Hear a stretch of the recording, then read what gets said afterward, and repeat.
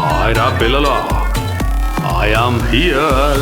Scientist Sarangam కావాలి నీ సాయం. ఓ బుడ్డి సారంగం తిరిగొచ్చే మా కోసం. కాస్త త్వరగా వెళ్ళొచ్చుగా. మేడం గారు టేప్ 3 వినడం కోసం ఆగలేకపోతున్నట్టున్నారు. ఒక్క 5 నిమిషాలు ఓపిక పట్టు. ఏంటి విక్రమ్, వారమైంది ప్రెస్కొచ్చి ఏదైనా సాలిడ్ న్యూస్ ఇవ్వలేదంటే ఎక్స్ప్లెనేషన్ ఇవ్వాల్సి వస్తుంది. చూసుకో. సార్, పేపర్ తగలడిపోయే న్యూస్ సిద్ధం అవుతుంది. మీరు కూడా రెడీ అయిపోండి, చెప్తా. నిజంగానే తగలెట్టేసలా ఉన్నావు.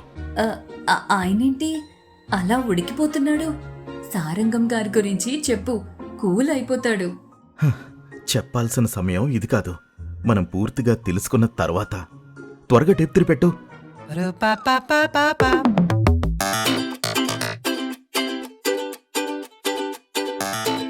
తరువాత ఏమైంది సారంగం? బ్యాగు దొరికిందా? ఏం చెప్పమంటావు పార్వతీశం? నా ప్రయోగాలకు తగిన గుర్తింపు వస్తుందన్న ఆశతో ఉన్న నాకు అదో పెద్ద షాకు. టైం బాగోకపోతే బనానా తిన్న టీత్ బ్రేకింగ్ అని బ్యాగ్ పోగొట్టుకుని ఏం చేయాలో తెలియక ఎంత వెతికినా అది కనబడక ఏడుస్తూ ట్రైన్ డోర్ దగ్గర కూర్చుండిపోయాను. ట్రైన్లో ప్రయాణికులంతా ఎవరికి వారే యమునా తీరే అన్నట్టు ఎవరి గోలలో వారున్నారండే. సహాయానికి మాత్రం చెయ్యి అందించరు. అయినా నా పిచ్చిగాని వాన కోసం పైరు కదులుతుందా చెప్పండి? ఏంటో ఈ లోకం. సరేలే అనుకొని అలా ఒక్కడనే వెతుకుతూ ఉన్నా.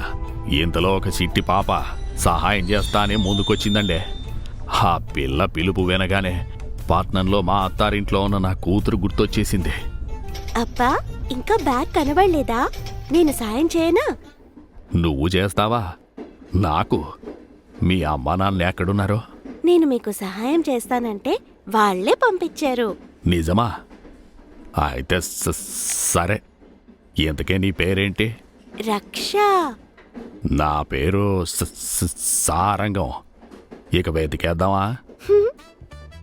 అలా రక్ష నేను కలిసి ఏ అంగుళం వదలకుండా వెతుకుతూనే ఉన్నామండి. సేగలేనిదే కూడుడకదంటారు. అలా దారిద్రం పోతే కదండి మంచి జరిగేది. కాసేపు వెతికి అలసిపోయిన నాకు ఇక బ్యాగ్ దొరుకుతుందనే ఆశ పోయిందండే. అప్పుడొచ్చిందండి ఓ మిణుగురు పురుగు. అది ఇచ్చే వెలుతురో ముగ్గులో సుక్కంతే ఉన్నా నా జీవితానికి ఆకాశమంతా ఉపకారం చేసింది.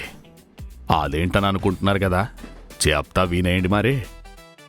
ఖాళీగా ఉంటే ఏదో ఒక పిచ్చి ప్రయత్నాలు చేస్తూ ఉంటా కదండి. అలా ఓ రోజు జింకు సల్ఫైడు, కాపరు, రేడియం క్లోరైడు ఇలా పిచ్చి పిచ్చి ప్రయోగాలని కలిపి రేడియం పెయింట్ కనుక్కున్నానండి. అప్పుడు వాటి పేర్లు కూడా నాకు సరిగా తెలీదు. గమ్మనుండకుండా ఆ పెయింట్ని మా కోళ్ల మూతికి రాశా, మా బర్రెల కొమ్ములకు వేశా. మిగిలిన కొద్దిపాటి పెయింట్తో బ్యాగ్ మీద మంచిగా రాకెట్ బొమ్మ గీశాండే. చీకట్లో చూస్తే ఆ రాకెట్ అద్భుతంగా మెరుస్తూ కనిపిస్తుంది.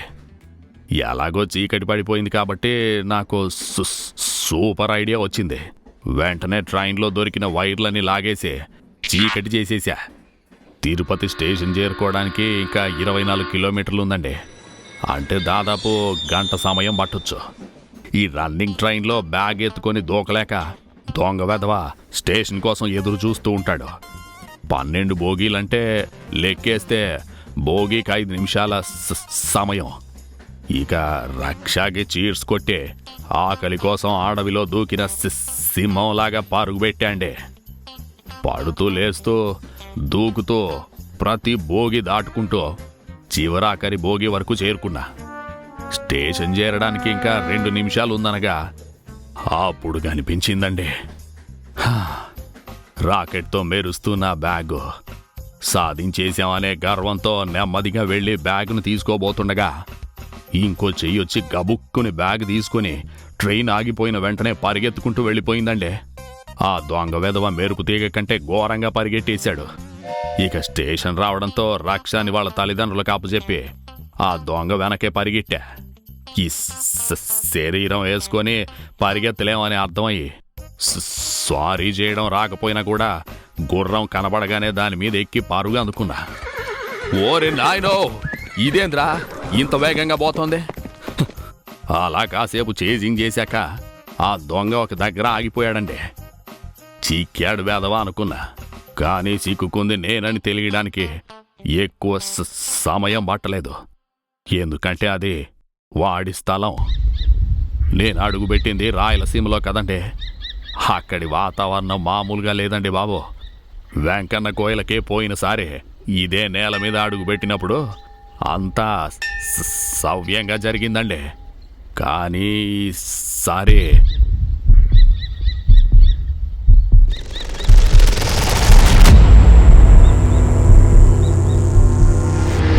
రాక్షసుల మధ్యలో ఇరుక్కున్న బొంతకోడిలా అయిపోయింది నా పరిస్థితి. కత్తులు నూరుతూ ఇద్దరు, గొడ్డుకారంతో అన్నం తింటూ ఒకడు, నేరుగా ఎండు మిరపకాయల్ని ఆ పడల్లా నంచుకు తింటున్న మరొకడు, ఒంటి నిండా నూనె పూసుకొని భారీ భారీ శరీరాలతో కుస్తీ ఆడుకుంటున్న ఒక 10 మంది. అయ్య బాబోయ్, వణుకొచ్చేసిందంటే నమ్మండి. నాకేమో మద్రాసుకెళ్ళి ఎక్స్పెరిమెంట్ సబ్మిట్ చేయడానికి టైం అయిపోతుంది. అంతమంది మధ్యలో నా భార్య వయసున్న ఒక ఆవిడుందండి. ఆవిడ సైగ చేస్తే పనులు జరిగిపోతున్నాయి అక్కడ. చూడ్డానికి సాఫ్ట్గా ఉండేసరికి హలో అండే, నా పేరు సారంగం. చింపిరి జుట్టతను నా బ్యాగ్ తీసుకొచ్చేసాడు. అందులో విలువైన వస్తువు ఉందండి. ఇస్తే పట్టుకెళ్ళిపోతా. అసలే నేను మద్రాసు దాకా పోవాలి. నేను అడిగిన దాంట్లో ఏమైనా తప్పు ఉందా అంటే సాఫ్ట్గా ఉందనుకున్న ఆమె ఒక్కసారిగా శివాంగిలా మారిపోయిందండి. రే యాదగిరి, అక్క ఒరే ఓబులేసో, వదినా, ఏంటట్టా చూస్తా ఉండారో? ఇప్పటిదాకా బయటోడు మన ఇంటి లోపలికి వచ్చిందే లే. మొదటి తూరి ఒకడు అడుగేసిండు. ఇదే ఆఖరిది కావాలా? తల తీసి గుమ్మాని కేలాడేయండ్రా. మన వస్తువు అడిగితే తల తీసేయమంటుంది ఏంటండి ఈ శివాంగే? నా జీవితం సముద్రం అయితే నా దారిద్రం అందులో ఉప్పండి. ఇందులో ఎటువంటి సందేహం లేదు. ఒక్క మాట మాట్లాడగానే 25 కత్తులు పీక చుట్టూ పెట్టేశారు. తరువాత ఏమైంది సారంగం? ఎలా తప్పించుకున్నావు? బ్యాగ్ ఇచ్చారా? ఇక్కడ ట్విస్ట్ ఏంటంటే బ్యాగ్ నేను తీసుకోవడం కాదు, వాళ్ళంతటా వాళ్ళే పువ్వుల్లో పెట్టి మరీ ఇచ్చేశారు. అదెలా జరిగింది? అన్నీ ఇప్పుడేనా? రాక్షసుల్లాంటి వాళ్ళనే, లాంకలాంటి ఆ స్థలాన్ని అయోధ్యలాగా ఎలా మార్చాను, తిరుపతి నుండి మద్రాసు వరకు ఎలా చేరుకున్నాను, సైన్స్ ఎక్స్పోలో నేను పడిన పాటలో, అబ్బో చాలా విషయాలున్నాయండి బాబో. అన్నట్టు చూడడమేనా? దిల్వాలే FM ఛానల్ని దీవించి ఆ సబ్స్క్రైబ్ బటన్ అట్ట నొక్కేసిపోండే. ఉంటా మరే. బోలెడన్ని ప్రశ్నలకి సమాధానాలు తర్వాతి టేప్లో.